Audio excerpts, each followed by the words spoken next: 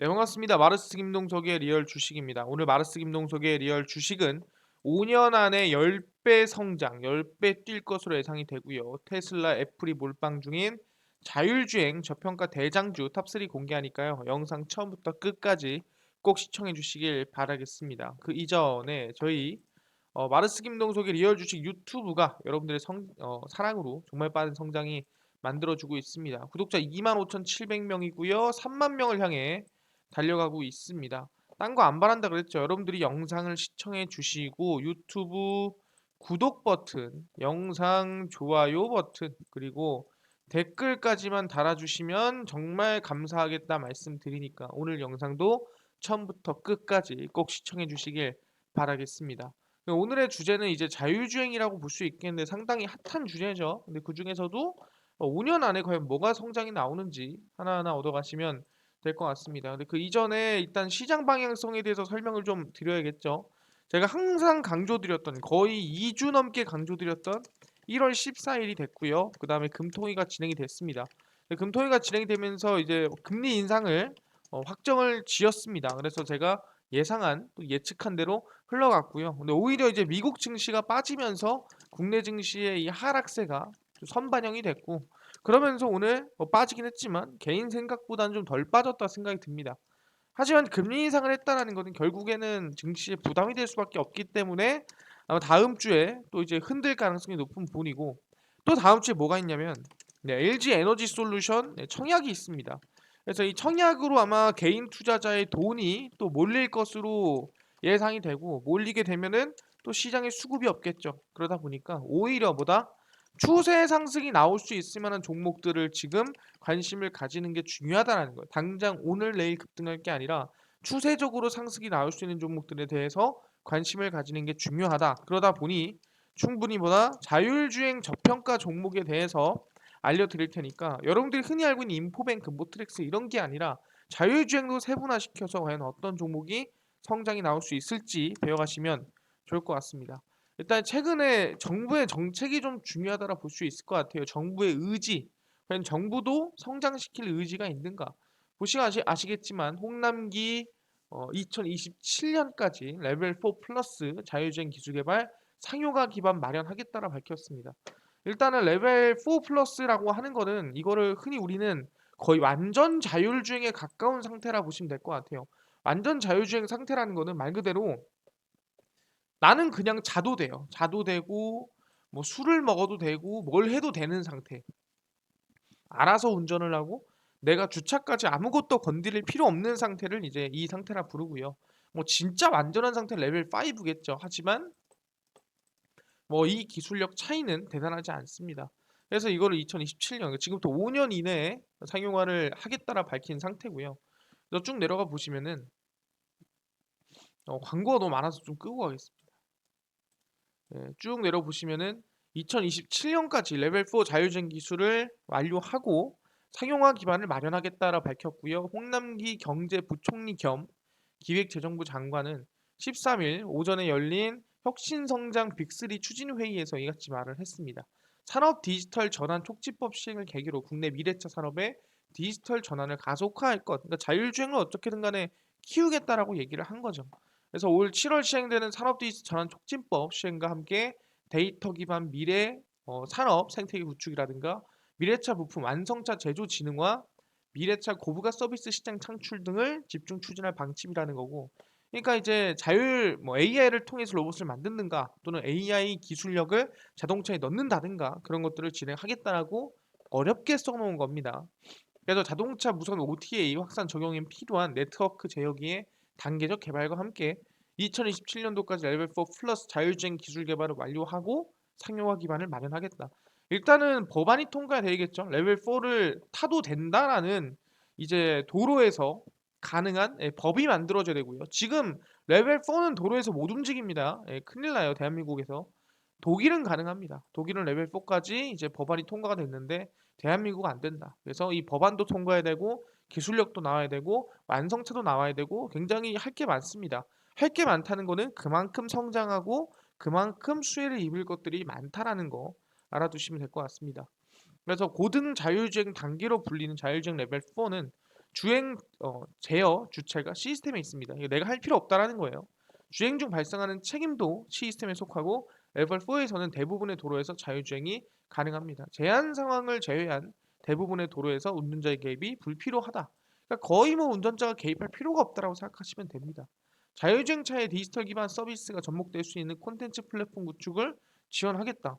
디지털 기반 인포테인먼트 기술 개발, 카페이, 모바일 연결 등등등 해가지고 뭐 진행을 하겠다라고 밝힌 상태입니다. 그러다 보니까 지금 상황에서는 정부에서도 어쨌든 간에 뭐 10년, 15년 뒤, 뭐 2030년, 2050년 같은 말도 안 되는 소리가 아니라 사실상 5년이면 그렇게 길지 않은 뭐 그런 이 목표거든요. 그러다 보니까 5년 안에 어쨌든 간에 상용화를 시키는 의지가 있구나라고 우린 판단할 수가 있을 것 같습니다. 근데 여기서 중요한 게 뭐냐? 자율주행이라는 게 사실상 어떻게 흘러가냐라고 했을 때 두 가지가 있습니다. 첫 번째는 이제 완전히 우리가 흔히 이제 이 우리 도시를 복제하는 디지털 트윈이라는 방식이 있어요. 이게 뭐냐 한다면 도시 자체를 복제를 해서 그 실제 그 맵 자체를, 그러니까 지도 자체를 차에다가 인식시켜 버리는 거예요. 그래서 지금 신호가 바뀌는지 안 바뀌는지 디지털 트윈 세상에서 신호가 바뀌면 자동차가 인식을 하는 그런 디지털 트윈 방식이 있고요. 두 번째는 완전히 센서를 인식을 하거나 아니면은 지금까지 이 도로를 내가 지나다니면서 또는 도로를 겪으면서 이 생기는 이 데이터를 축적해 가지고 만드는 자율주행 방식이 있다라고 생각하시면 될 것 같은데, 보시면 아시겠지만 두 번째입니다. 자동차 데이터 10배를 늘린다라고 밝혔습니다. 그래서 자동차 데이터를 지금보다 10배 이상 늘려서 어쨌든 자율주행 레벨 4에 상용할 수 있도록 발표를 한다는 뜻이고요. 그래서 올해 자동차 관련 데이터를 표준화하고 기존 데이터량보다 10배 많은 모빌리티 빅데이터 포털을 구축합니다. 약 1200개 부품 기업을 2030년까지 미래차 기업으로 전환을 하고 레벨 4 자율주행 진행한다라고 밝혔습니다. 일단은 이거에 대해서는 아까 설명드렸으니까 중요한 게 아니고요. 데이터가 중요합니다.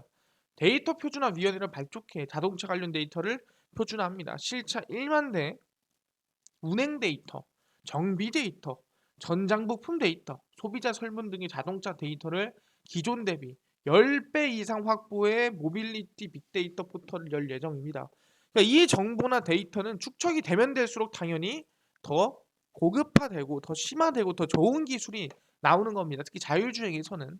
그래서 7월부터 시행되는 산업 디지털 전환 촉진법에 따라서 데이터를 10배 이상 성장시켜서 자율주행을 앞당기겠다는 뜻이겠죠.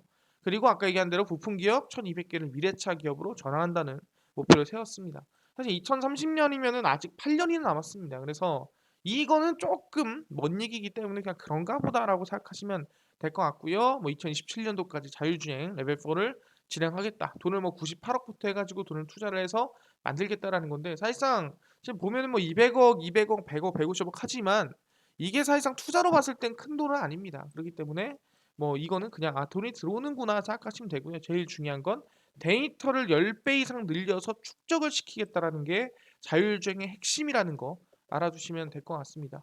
그래서 지금 이 업계 트렌드 자체가 바뀌고 있습니다. 라이다 시뮬레이션 자동차 업계는 자율주행으로 가고 있는 상태라 보시면 될 것 같고요. 어쨌든 미래입니다. 우리가 흔히 뭐 6G, 5G 넘어가고 있는 이유도 뭡니까? 결국에는 자율주행을 위해서 그렇게 하고 있는 거거든요. 왜냐하면 데이터 송신이 돼야 자율주행도 자동차들 간에 서로 이제 소통을 하고, 그러면서 너가 앞으로 가면은 내가 뒤로 이렇게 갈게. 내가 깜빡이를 키면은 네가 좀 속도를 줄여. 어떻게 보면은 이 도로에서 싸울 일이 없는 거예요. 자동차가 알아서 끼고 알아서 나가고 알아서 스탑하고 다 하니까 솔직히 말하면은 뭐 폭력 운전 뭐 이런 거라든가 보복 운전이라든가 이런 일이 생기지 않는다라는 거죠. 그래서 상당히 좀 효과적으로 흘러간다라는 거고, 자동차 업계는 최근 폐막한 세계 최대 가전 정보기기 전자제품 박람회 CES 2022에서 자율주행과 관련한 첨단 기술을 앞다퉈 선보였습니다. 사실상 여기에서는 우리가 최근에 좀 로봇 관련해 가지고 이슈를 많이 보고 소니라든가 뭐 이런 업체들이 전기차를 발표한 거를 봤지만 라이다가 이제 센서죠. 실제로 앞에 뭐 사물이라든가 이제 그런 것들을 인식할 수 있는 센서입니다. 시뮬레이션 등 자율주행차가 사용하는 시기를 앞당길 수 있는 첨단 기술이 주목을 받았습니다. 그러니까 기술이 있으면 계속 첨단되는 겁니다. 내 예전엔 라이다 그거 아니야? 그게 아니라 점점 더 기술력이 올라가는 거고요. 자동차 업계의 자율주행 관련 기술이 눈에 띄었고 특히 이번에 라이다와 관련된 기술이 상당히 많았습니다. 라이다는 레이저를 목표물에 비춰 사물과의 거리와 다양한 물성을 감지할 수 있는 자동차의 눈 역할을 합니다. 아까 얘기했죠? 앞에 있는 걸 물체를 감지할 수 있는 센서입니다. 센서, 레이저를 쏴가지고. 그래서 자동차 부품업체 발레오는 2014년 출시할 3세대 라이더 스캐너를 선보였고요. 사람의 눈과 카메라, 레이더가 볼 수 없는 물체를 200m 이상 거리에서 탐지할 수 있는 것이 특징입니다. 그래서 알고리즘을 사용해 도로 위 차량들이 어디로 가는지도 예측을 합니다. 이를 통해 고속도로에서 자율주행 시속 130km까지 주행 가능합니다. 그러니까 결국에는 이 물체를 인식하는 것 자체는 아까 데이터가 축적이 안 되지만 알고리즘을 이용해서 어디로 가는지 예측하는 거는 이 데이터 축적을 통해서 예측이 가능한 부분이고요. 그래서 레이더가 점점 200m에서 이게 점점 1km까지 아니면은 그 이상까지도 계속 기술력이 늘어날 거다 얘기하는 거예요. 예전에는 이제 거의 눈앞에 있는 거의 10m 이내에 있는 물체들을 인식을 했다면 이제는 200m 이상 있는 물체도 인식을 한다는 거. 마치 돌고래 정말 우리가 흔히 알고 있는 바다의 생물처럼 정말 이 신호를 통해서 알 수 있다라는 거죠.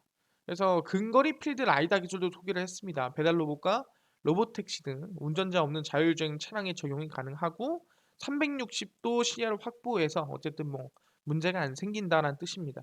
루미나는 볼보 자동차와 공동으로 개발한 라이드 파일럿을 공개해 주목을 받았습니다. 사실상 이제 테슬라 같은 경우에도 오토 파일럿이라는 기술이 있죠. 근데 볼보는 라이드 파일럿이고요.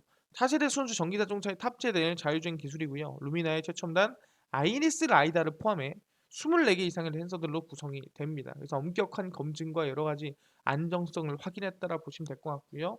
콘티넨탈 역시 협력사인 AI와 함께 HRL131 장거리 라이다를 공개했습니다. 그래서 어쨌든 내용들이 다 그거예요.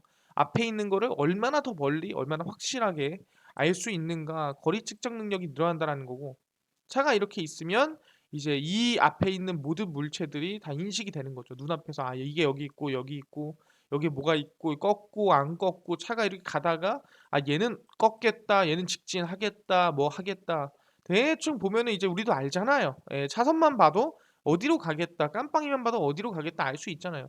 그런 것처럼 이제 이 알고리즘을 통해서 라이다로 물체를 인식을 하고 예측을 때려서 얘가 어디로 가야 될지를 결정을 한다라는 겁니다. 그 기술력이라고 보시면 될 것 같고요.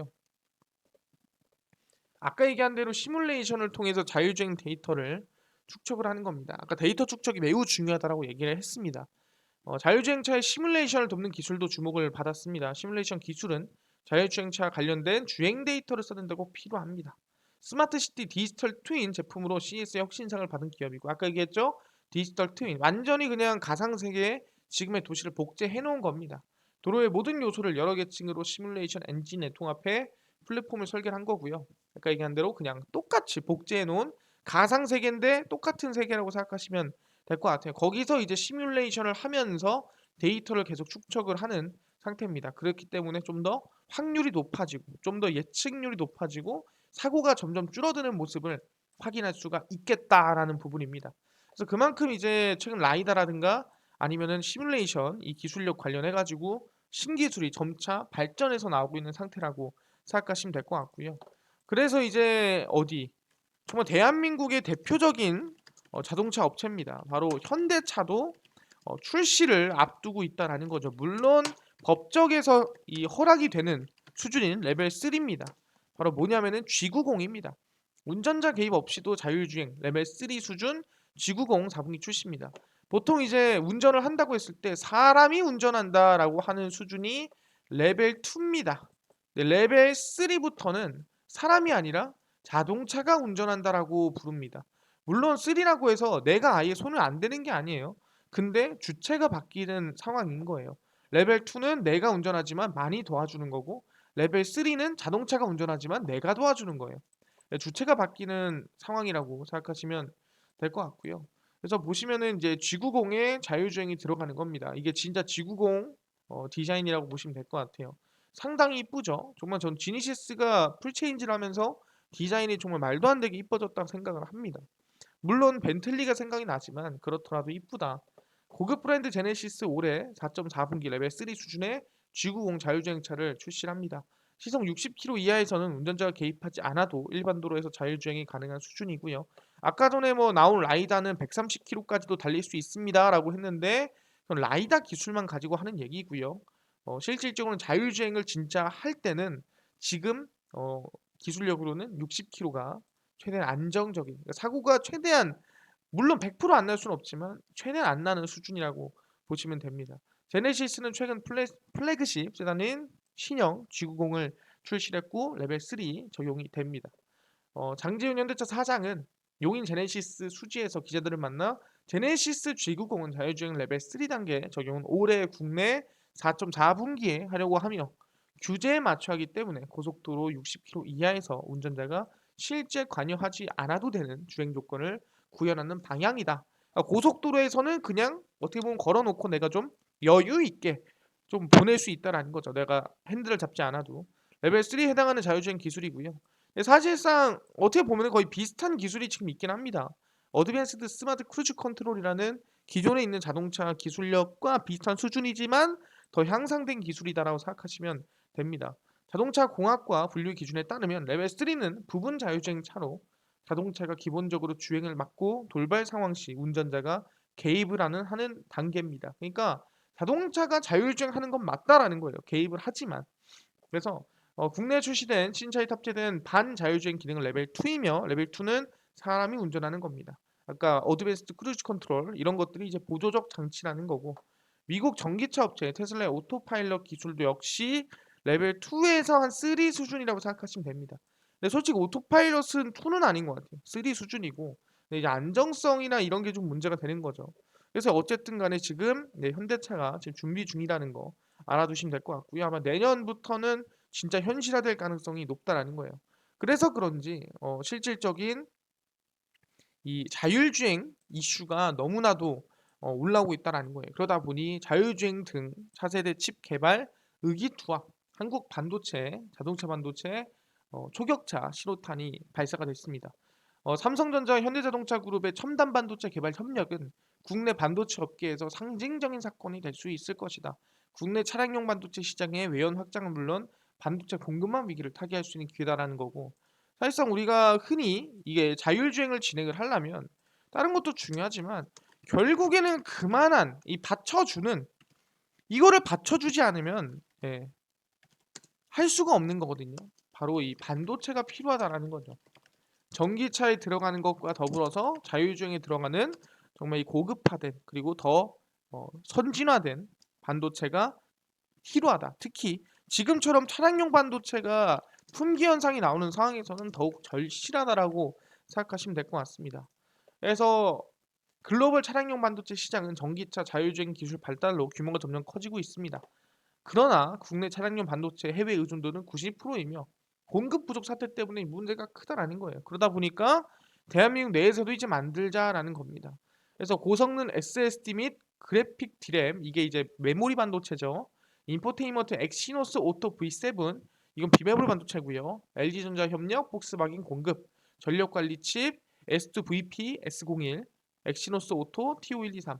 그래서 뭐 이런 반도체가 있다라고 보시면 될 것 같고요. 차량용 반도체 수급 위기는 지난 2020년 말부터 이어지고 있는데 사실상 아직까지도 좀 해결이 안 됐습니다. 그래서 협력을 지금 이제 삼성과 현대가 하고 있는 상태고요.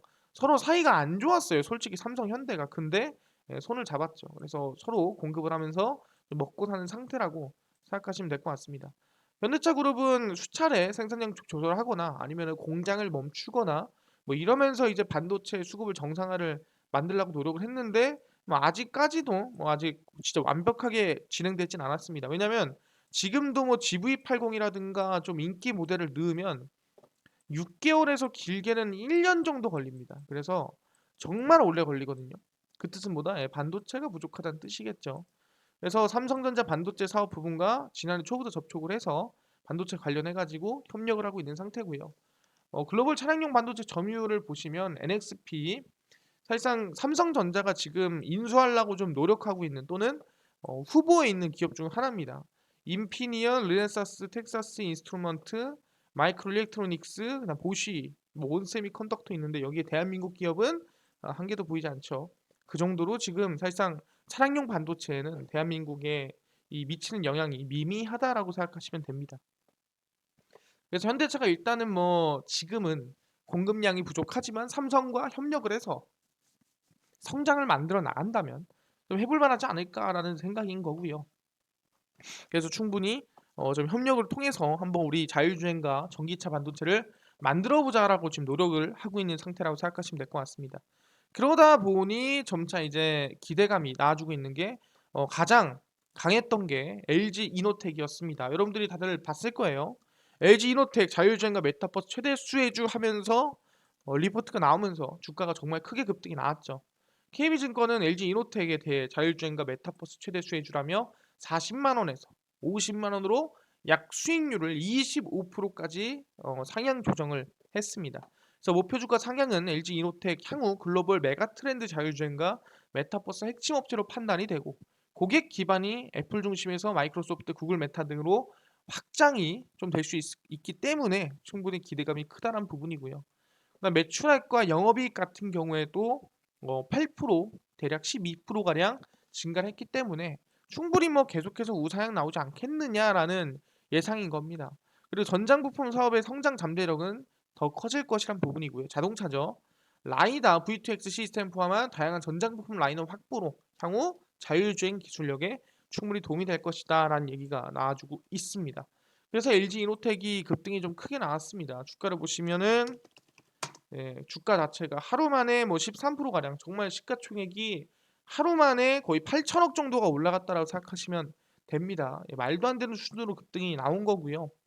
그리고 나서 이제 최근에 또 뭐가 나왔냐? 제네시스 자율주행 누가 여냐? 그래서 핵심 키면은 현대모비스다. 이렇게 대형주는 이미 다 나온 상태입니다.